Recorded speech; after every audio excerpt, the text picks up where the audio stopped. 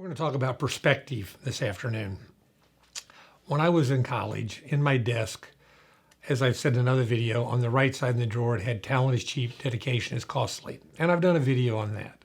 But in my left drawer, it had something called Thompson's corollary. What is believed to be real will be real in its consequences. Thus, perception is reality. Now, I Googled that a few years ago and didn't find it.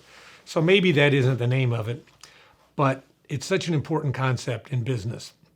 In the St. Louis Business Journal years ago, there was an article about this firm in Clayton, and they had pictures of their founders on their oil paintings from two gentlemen in the late 19th century, and they said, this is our two founders, and their firm was named after them. And before they were done and they spoke of their firm and you signed on with them, then they would tell you that that was all made up, that they'd only been in business a few years.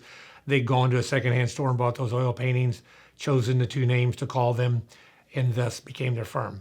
The idea was they were able to communicate the perception that they'd been around a long time.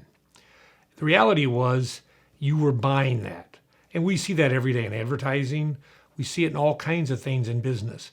But it's important that in your culture, you build a perception that turns out to be the reality, that we are going to be the best at this.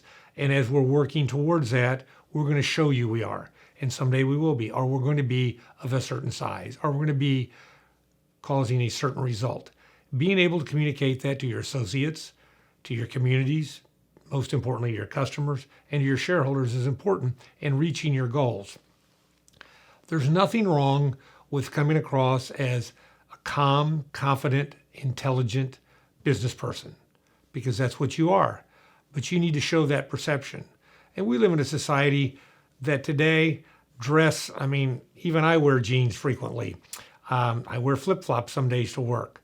In the old days, I wore a custom-made suit and an Hermes tie every day. That was one perception.